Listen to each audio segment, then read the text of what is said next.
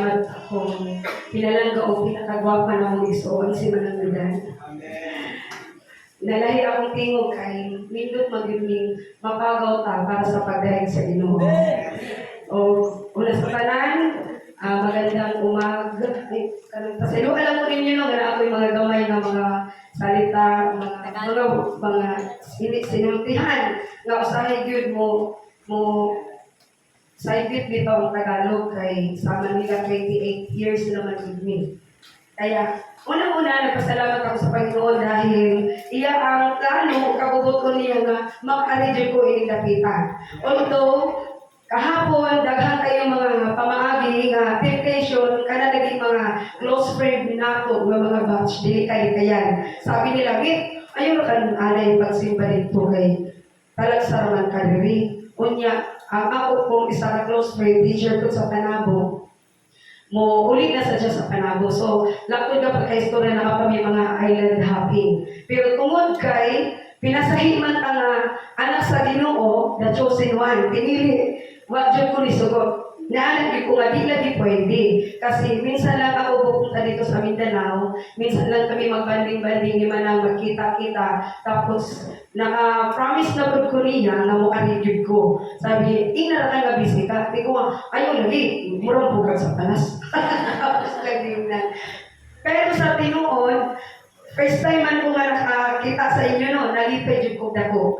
Nga, kita ani nalipay mo dako nga nagkauba na sa kopya-kopya mo na good kanang ba nga pwede ko nato kopyahon tungod kay tinuod man lain-lain po ang mga kaanyag o mga kagwapo sa atong mga katatayan pero magpasalamat sa Ginoo kasi ilan ka milyon o trilyon ang tao sa Pilipinas usa ta ka pinili diha sa Dios. Amen. So, kung atong isgutan kung paano kami nagiging lingkod ng Diyos, sa tinuod lang, unang-una sa lahat, kanang dili man po tingod nga kanang kahigugso na ko ang Holy Spirit, kahigugso na ko ang Ginoo, pero ang tinuod yun, di yun ko unta musugot nga mag-pastor me. Dahil unang-una, ako man ang ikaduha nga igsuon nila namo ni Manang.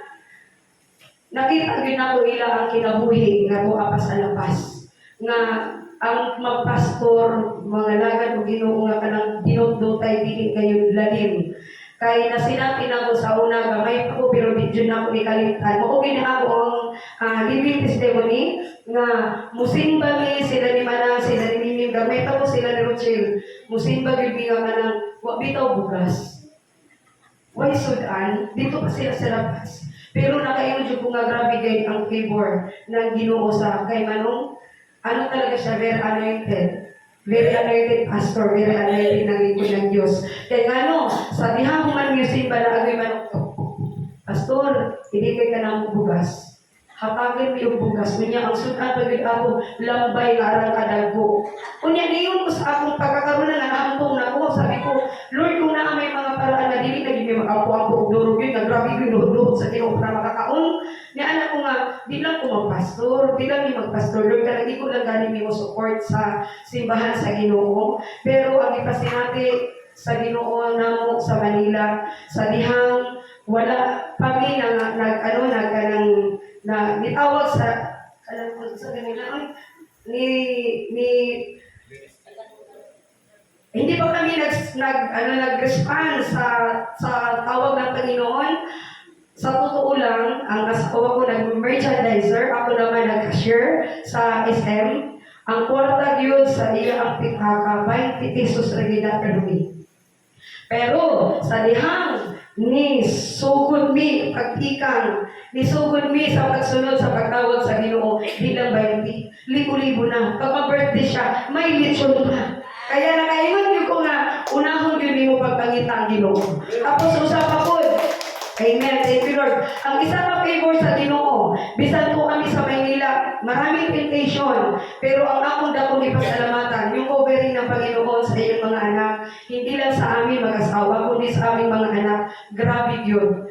Kaya nga ang akong mga anak, walang bitaw sila nadala sa mga kanang buhat sa kalibutan. Gibisi na mo sila sa bulahon sa Ginoo, sa simbahan, eskwelahan, eskwelahan kalingke, ganun-ganun lang sila. Unya, wala ko kahibalo nga naagyo'y pinasahi nga ang Ginoo nga pagpapala na binigay sa kanila. Pagdating sa eskwela nila, sila ay nahimong summa cum laude, nahimong cum laude, na wala na ako gi-expect. Kaya, mo din eh, ang pinakasika dito, ingon nga Kristohanan sa Ginoo. Sa panahon karon dili na ingon nga kanang mudistansya bitaw ka. Balik na po. Katong giingon ni Brother Aya na Sandilatis, dapat pala dili sa panahon karon ang ako di ay kailangan tayo kanang sa presensya sa Ginoo, dugtong gid ba? Mo bangga gyud, ibangga kung mao ni ang atong Ginoo o ikaw bangga gyud. Dugtong gyud. Kailangan talaga pasipsipay sa Panginoon. Hindi pasipsipay sa trabaho. Hindi pasipsipay sa mga amo. Kaya nga no, kung wala ang Ginoo sa pagpang-apply nimo og trabaho, di po na pahumukon sa Ginoo ang iyang kasing-kasing. Kaya nagpasalamat ko sa Ginoo nga kaming tanan sa among mga igsoon mas lamang ang namuhat sa Ginoo. Una-una si Manang, wa man jud ko ani ni Manang kasi natin sa gamay pa ko, kaya ako malagi ang ikaduha sa kinamanghuran. So nagtubo gyud ko nga nakitaan ra nako ni si Manang si Manong nga nag-istoryahay sila sa labis nga dako magkaharap sa lingkuranan. Tung naulit ako pa si Manong. Gamay pa ko kaayo. Wa po ko nakabati nga niingon si Manong kay love you kay di man lagi. Magamay pa man lagi ko bawal man. Unya, pagdako na ako si Manang o si Manong nagminyo naman sila. So, wala dyan ko kasi natin. Kaya ang ako ginauna nga, na-dyan ko igsuon nga, nangalagad sa Ginoo, isa pa, pinasahi nga, pinalangga sa Ginoo.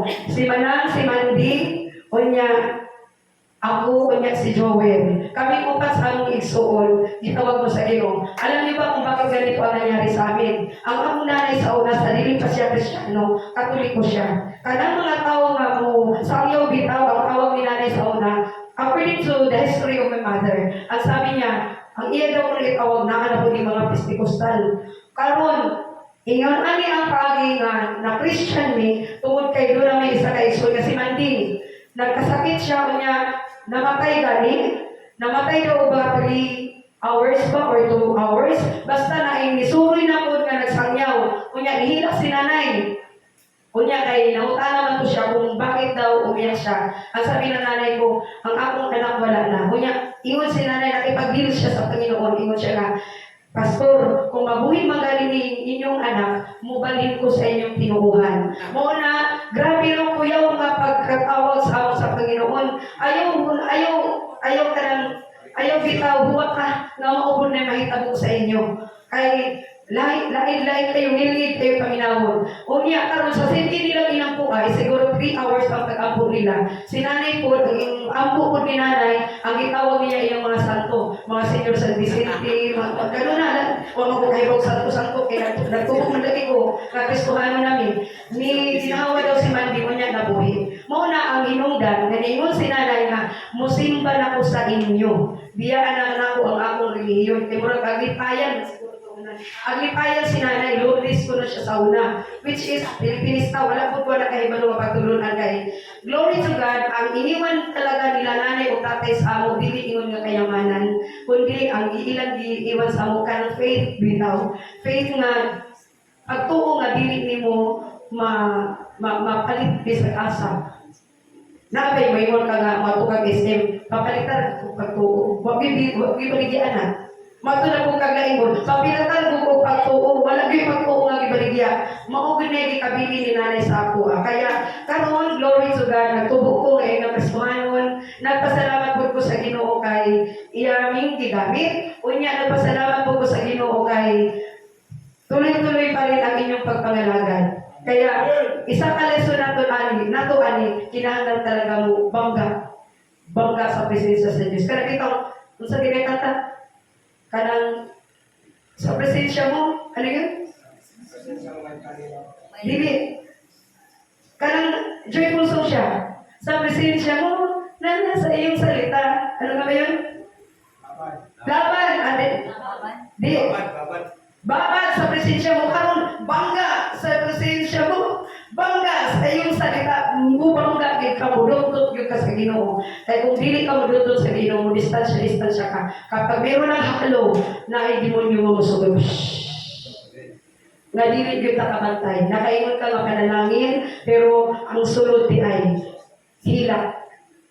Kaya aking pagdasig kaninyong tanan, kanatong tanan kay kita ginawag ito sa laban, sa pagpangalaga sa Ginoo. Finishing line na to, kanang eternal life nga mo'y atong ipaabot.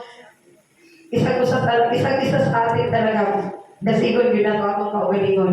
Nga, mudot-dot yun ta sa Ginoo. Kaya, dako ko kayo pasalamat nga yung gala-gala time ko, kaya nag-abot ko din. Kaya nakipag-usap talaga ako sa asawa ko, sabi ko lang, hayaan mo muna ako na pupunta ako sa mga kapatiran ko habang si Manang ay buhay pa. Habang si Manong ay buhay pa. Dahil sila ang mga panganay namin. Kung sa ako na lang, yung ko, I love you na. I love you Manong kung di na nila mabati. Diba? Mintras, makabati pa sila. Mintras, niya pa sila. Akong iparamdam na mahal ko sila. At nasa isang Panginoon tayo, isang larangan ng sa atong pagtuo, kaya nagpasalamat ko sa Ginoo nga nakita ta.